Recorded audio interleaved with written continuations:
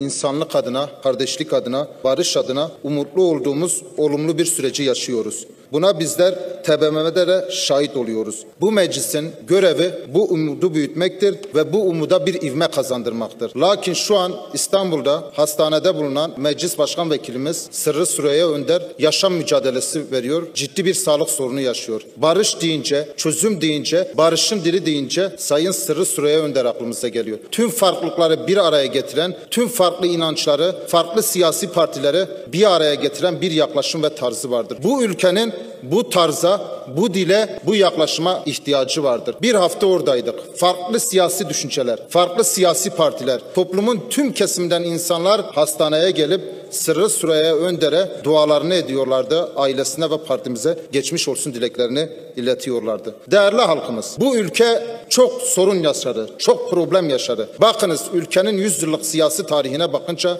başbakan asıldı, bakanlar asıldı, darbeler oldu, birçok problem yaşandı ve 41 yıldır da yaşanan bir çatışma ve şiddet ortamına hepimiz şahit oluyoruz. En son 27 Şubat barış ve demokratik toplum çağrısıyla toplumda büyük bir umut gelişti. İnsanlar barışa dört elle sarıldı ve toplum artık büyük bir beklenti içerisindedir. Tabii ki meclisin, parlamentonun bu noktada önemli görev ve sorumlulukları vardır. Artık bu süreci son 5-6 aydır yaşananları parlamento zeminine çekme gibi bir sorumluluğumuz vardır. Grubu olan, grubu olmayan partiler bu sürece katkı sunmalıdır. Yanan bu ateşe su dökmelidir. Sert dil, ötekileştiren dil, karşıtlaştıran dilin bu ülkeye hiçbir faydası yoktur.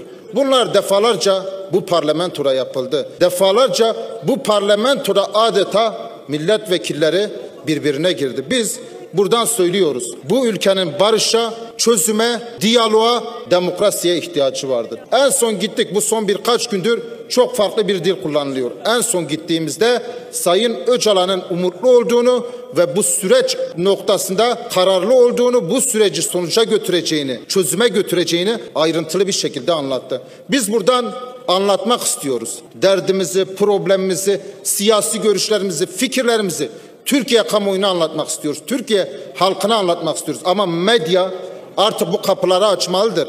Farklı düşüncelere kapılarını açmalıdır. Tabii ki AK Parti hükümeti de, devlet mekanizması da var olan kuşkuları, şüpheleri, kaygıları da gidermekle mükelleftir. Bakınız 93'te sonraki yaşanmışlıklar, 2009 Oslo sonrasındaki yaşanmışlıklar, 2013 ve 15 sonrasındaki yaşanmışlıklar insanlarda, toplumumuzda kaygı ve şüpheler oluşturmak.